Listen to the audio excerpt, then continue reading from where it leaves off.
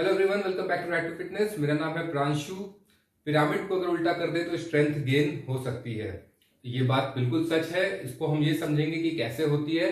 तो सबसे पहले हम ये समझें कि हम किसको उल्टा करने की बात कर रहे हैं। वो है ये स्ट्रेट पिरामिड जिसको हम बोलते हैं। ये हमारा नॉर्मल वर्कआउट का पिरामिड है। हम समझेंगे कि ये क्या है। सबसे पहले आप ये जान लीजिए कि आपकी मसल और आपकी स्ट्रेंथ दोनों आपस में कोरिलेटेड होती है। जैसे जैसे स्ट्रेंथ ग्रो करती है वैसे वैसे मसल ग्रो करती है। एट अ सर्टेन पॉइंट ये दोनों चीजें ग्रो करना रुक जाती हैं due to various issues. But हम वो समझेंगे कि उस चीज को जो वो रुक जाती है उसको क्या बोलते हैं। उसको बोलते हैं प्लेट्यू आना। प्लेट्यू आना मतलब स्टैग्नेंट हो जाना, आगे नहीं बढ़ती। तो उसको हम कैसे सही करते हैं, उस प्लेट्यू को कैसे ब्रेक करते हैं, पिरामिड को उल्टा कर देते हैं। वो रहा ये तरीका। तो सबसे पहले हम समझेंगे कि ये पिरामिड क्या होता है। जो हम सबका नॉर्मल वर्कआउट रूटीन होता है वो ये होता है। अगर हम इनको 4 सेट में बांट दें तो सबसे पहला सेट हम सबसे कम वेट का करते हैं बट ज्यादा रैप होते हैं। सपोज करिए इस पे 12 रैप कर दिया आपने, फिर आपने 10 रैप कर दिया, फिर 8 रैप कर दिया, 6 रैप कर दिया। अगर ये सपोज करके चले तो सबसे कम वेट इसमें होता है, फिर वेट बढ़ता है, फिर और वेट बढ़ता है और लास्ट में आपका हैवीएस्ट सेट होता है। हम सब लोग यही वर्कआउट करते हैं और बॉडी बिल्डिंग में यही वर्कआउट चलता है। ये क्यों चलता है इसको समझने के लिए हमें ये समझना पड़ेगा कि हमारी मसल्स किस तरह की होती है। हमारे मसल फाइबर 2 तरीके के होते हैं। एक फास्ट ट्विच मसल फाइबर होता है, एक स्लो ट्विच मसल फाइबर होता है। ये मिलके 2 तरह के काम करते हैं। फास्ट ट्विच मसल फाइबर का रोल तब आता है जब हैवी वेट उठाना होता है, बहुत जल्दी शॉर्ट बर्स्ट ऑफ टाइम में कुछ हैवीएस्ट वेट उठाना है, तो वो fast Twitch muscle fibre quickly काम करती हैं, बहुत जल्दी थक जाती हैं। उसके बाद जो एंडुरेंस का काम आता है, ज्यादा रेप्स निकालने का काम आता है, वो आपकी स्लो ट्विच मसल फाइबर करती हैं। तो हम ये समझेंगे कि जब हम पहला सेट करते हैं जो है लाइटेस्ट होता है, तो यहाँ पे फास्ट ट्विच मसल फाइबर ज्यादा यूज नहीं होती। धीरे धीरे धीरे लास्ट तक आते हैं तो जो आपका हैवीएस्ट सेट है, जहां पे आपको सबसे ज्यादा फास्ट ट्विच की जरूरत पड़ती है, आपकी फास्ट ट्विच मसल फाइबर थक चुकी होती हैं। वो थक जाती हैं तो जो आपकी स्लो ट्विच मसल फाइबर है वो वेट उठाने में हेल्प करती हैं। This is the normal routine. इसी से आपकी बॉडी में डेफिनेशन आती है। स्लो ट्विच मसल फाइबर ही आपकी बॉडी में डेफिनेशन लाती है। फास्ट ट्विच का काम सिर्फ वेट उठाना है। तो ये हो गया नॉर्मल बात। अभी इसमें होता क्या है कि ऐसा करते करते 6 महीना 8 महीना आपने किया और आपकी बॉडी में आप एक्स्ट्रा रेप नहीं उठा पा रहे हो। आप लास्ट सेट जो करते हो उसमें 5 किलो एक्स्ट्रा वेट भी नहीं लगा सकते।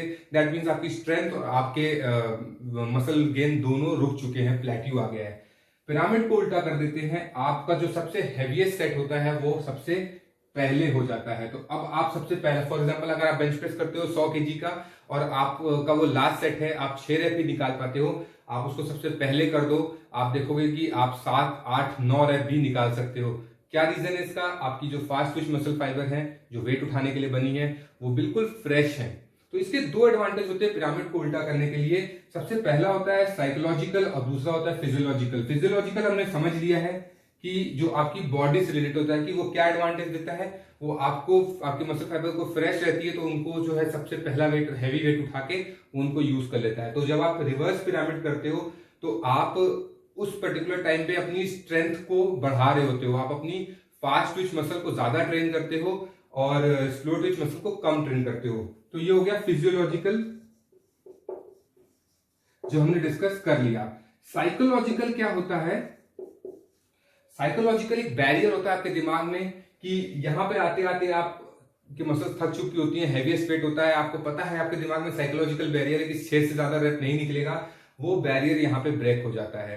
अब आपको मालूम है कि आपकी मसल्स फ्रेश है, आप इजीली 7-8 रेप निकाल लेते हो। इनफैक्ट अगर आप 100 किलो कर रहे थे तो आप 110 किलो भी ट्राई कर सकते हो रिवर्स पिरामिड और you can easily do it. तो ये एक साइकोलॉजिकल बैरियर ब्रेक हो जाता है। इसकी 2 बहुत इंपॉर्टेंट कंडीशन है जो हमको फॉलो करनी है अगर हमें रिवर्स पिरामिड करना है। इसके बिना रिवर्स पिरामिड नहीं हो सकता। सबसे पहले तो ये है कि आप ये 3 से 4 वीक्स से ज्यादा नहीं कर सकते। रिवर्स पिरामिड आप 3 से 4 हफ्ते से ऊपर नहीं करेंगे। क्यों? क्योंकि अगर आप 3 से 4 हफ्ते के ऊपर ट्रेनिंग करते हैं तो आप सिर्फ स्ट्रेंथ ट्रेनिंग कर रहे हैं, आप अपनी फास्ट ट्विच को ट्रेन करते जा रहे हैं और स्लो ट्विच को निग्लेक्ट कर रहे हैं, जो कि बॉडी बिल्डिंग में सबसे इंपॉर्टेंट है। डेफिनेशन आएगी उसी से आएगी मसल, उसी से आपकी मसल में डेफिनेशन दिखने वाली है। अगर आप वेट लिफ्टिंग पावर लिफ्टिंग करते हैं तो बिल्कुल अलग बात है, बट बॉडी बिल्डिंग का अगर पर्पज है आपको मसल दिखनी है, मसल ग्रो करनी है, तो आपको स्लो ट्विच को निग्लेक्ट नहीं करना है। तो इससे जो आप 3 से 4 हफ्ते में जो आपने स्ट्रेंथ को गेन किया है, आप रिवर्स इस प्लान पे वापस आओगे और इसको स्ट्रेंथ को यूज करोगे। आप अपने वेट्स बढ़ाओगे, अपने रेप्स बढ़ाओगे और उस स्ट्रेंथ को इसमें यूज करोगे। दूसरी सबसे इंपॉर्टेंट कंडीशन जो प्री कंडीशन है वार्म अप, रिवर्स पिरामिड करने की वो वार्म अप होती है। वार्म अप होती है, एक वार्म अप सेट करना पड़ता है, वो बहुत जरूरी है। वार्म अप सेट ये मैंडेटरी है इसमें कि जैसे आप स्क्वाट करने जा रहे हो और आप 120 किलो का स्क्वाट प्लान कर चुके हो, तो सबसे पहले 10-10 किलो के वेट लगा के स्क्वाट 12-15 रेप कर लो, प्रॉपर से मसल को वार्म कर लो। उसके बाद ही जो आपके 4-5 सेट है वो काउंट होंगे, ये वार्म अप सेट काउंट नहीं होगा। तो ये एक इंपॉर्टेंट कंडीशन है जो आपको रिवर्स पिरामिड में फॉलो करनी ही करनी है, अदरवाइज इंजरी पक्की है। तो ये फिजियोलॉजिकल और पहला साइकोलॉजिकल बेनिफिट आपको फायदा मिलता है जब आप 3 से 4 वीक करते हो। अगर आप इससे ज्यादा कंटिन्यू करने लगते हो तो ये रिवर्स साइकोलॉजी हो जाती है। रिवर्स साइकोलॉजी का मतलब ये है कि अब आपके दिमाग में कंटिन्यूसली बैठ चुका है कि मुझे फ्रेश मसल्स, जो मेरी फ्रेश फास्ट ट्विच मसल्स हैं, उनसे ही मैं वेट उठा सकता हूं। When you go back to this after a long time, more than this, इससे ज्यादा अगर आप वापस इसमें जाते हो तो आप साइकोलॉजिकली थके हुए होते हो, आपको लगता है कि आपसे लास्ट सेट में आते आते काम बनेगा नहीं। तो इट इज बेटर कि ज्यादा दिन इस पे ना स्पेंड करें, स्ट्रेंथ को गेन करें, go back to your normal workout. तो आई होप आपको ये रिवर्स पिरामिड समझ में आया होगा। प्लीज अब जब भी आप जिम जाए तो 3 से 4 हफ्ते का एक शेड्यूल बनाएं और इसको प्लान करें, इसको फॉलो करें, अपने वेट्स को मॉनिटर करें, और जब आप वापस अपने स्ट्रेट पिरामिड में आए तो देखें कि आप वो वेट्स बढ़ा सकते हैं कि नहीं, रेप्स बढ़ा सकते हैं कि नहीं। अगर ये दोनों चीजें आप बढ़ा सकते हैं तो इसका मतलब है कि आपने स्ट्रेंथ गेन की है। तो प्लीज मेरे इस वीडियो को लोगों तक पहुंचाइए, स्प्रेड करिए। आपको अगर मेरा वीडियो पसंद आया है, इसका कंटेंट पसंद आया है, मेरे चैनल को सब्सक्राइब करिए। आगे आने वाले वीडियो में हम मसल गेनिंग पे और बहुत सारी चीजें डिस्कस करेंगे।